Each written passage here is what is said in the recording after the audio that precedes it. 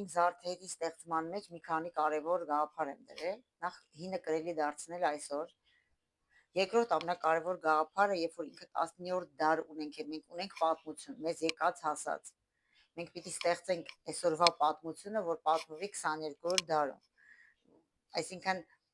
ես փորձել եմ իմ զարդերի միջոցով դարաշրջանը փոխանցեմ հաջորդ դար։ Եվ երրորդ ամենակարևոր, ամենաերևի կարելի ասել ամենաբարդ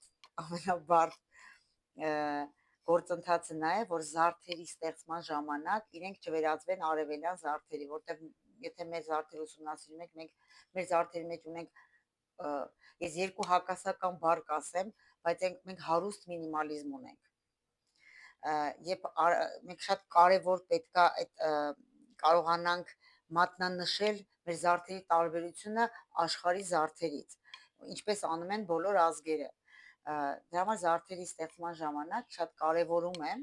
երբ հին զարդը թանգարանից, անպայման վարպետի հետ հին զարդի հիման վրա աշխատենք, որպեսզի պահպանենք վրայի կենաց ծառի գաղափարը, նույն ձաղի հավքի գաղափարը,